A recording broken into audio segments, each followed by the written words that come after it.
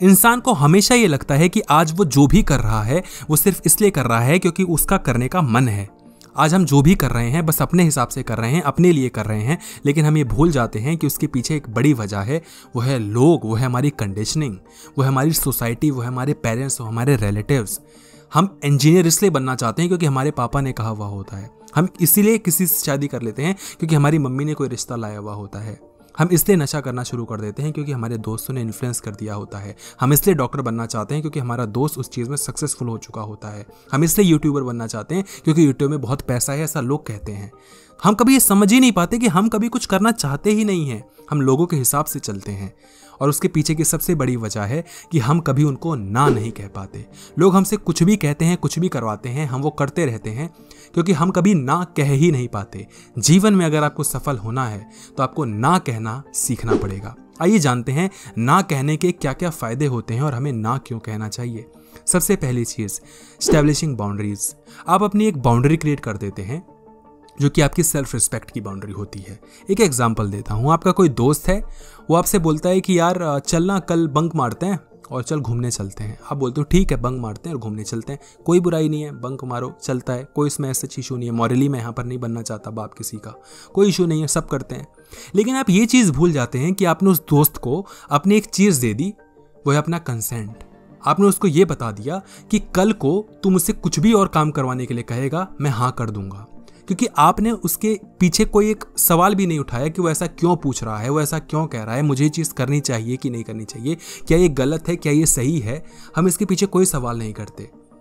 कल को वो सेम इंसान हमको कुछ करने के लिए कहता है, हम थोड़ा झिझकते हैं लेकिन हम हाँ कह देते हैं क्योंकि हम उसके लिए बुरा नहीं बनना चाहते। कल को वही दोस्त हमें नशा करने पे मजबूर कर देता है और हम उसे ना नहीं कह पाते क्योंकि हमने कभी उसको हाँ किया हुआ होता है और हमें डर होता है कि अब तो ये इतना अच्छा दोस्त बन गया, अब मैं इसको कैसे ना कह दूं। इसलिए ना कहना शुरू कीजिए स्टार्टिंग से ही। अपनी सेल्फ रिस्पेक्ट की एक बाउंड्री बनाइए।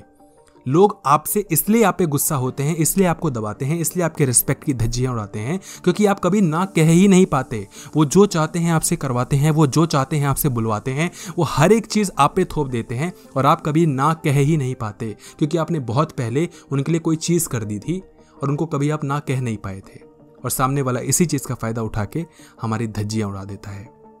दूसरी चीज़ कि आपका टाइम और आपकी एनर्जी दोनों ही ना कहने से बचती है। जब आप ना कहते हैं तो आप अपने आप को टाइम देते हैं।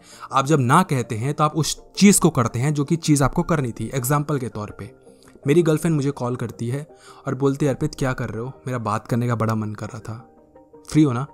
मैं ना नहीं कह पाऊँगा, पहली बात क्योंकि वो मेरी गर्लफ्रेंड है और लड़की है तो कैसे ही मना कर दूंगा, और दूसरी चीज़ ये कि मैं इसलिए भी मना नहीं कर पाऊंगा क्योंकि मेरे को उसके साथ सेक्स करना है। तो मेरे मन में ये दोनों चीज़ें हैं, इसलिए मैं ना नहीं करूंगा।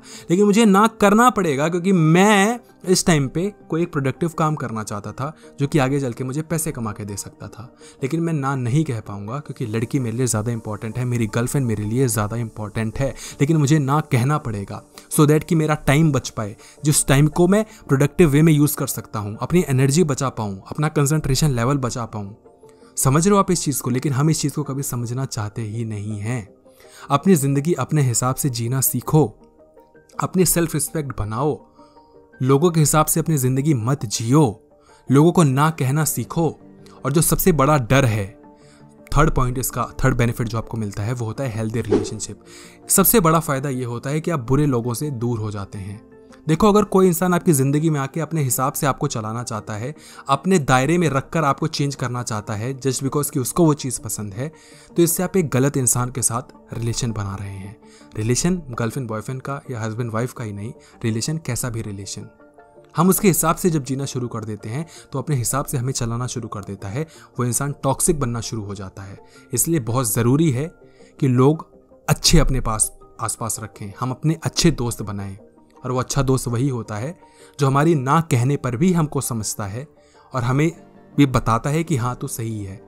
देखो, अगर कोई इंसान गलत काम कर रहा है और आप उसको समझाते हो कि तू गलत कर रहा है और वो मान जाता है, वो इंसान सबसे अच्छा है। जब आप कुछ गलत करते हो और वो आपको रोकता है और बोलता है कि नहीं ये चीज़ गलत है तो सही चीज़ कर, रिस्पेक्टिव ऑफ द फैक्ट कि आप बुरा मान जाओगे, वो इंसान सबसे अच्छा है। इसलिए ऐसे लोगों के पास जाइए जो खुद ना कहते हैं, जो ना कह सकते हैं, उससे पहले आप खुद ना कहना सीखिए, क्योंकि ना कहने में बहुत ताकत लगती है। वीडियो अगर अच्छी लगी तो वीडियो को लाइक करना, चैनल को सब्सक्राइब करना। धन्यवाद।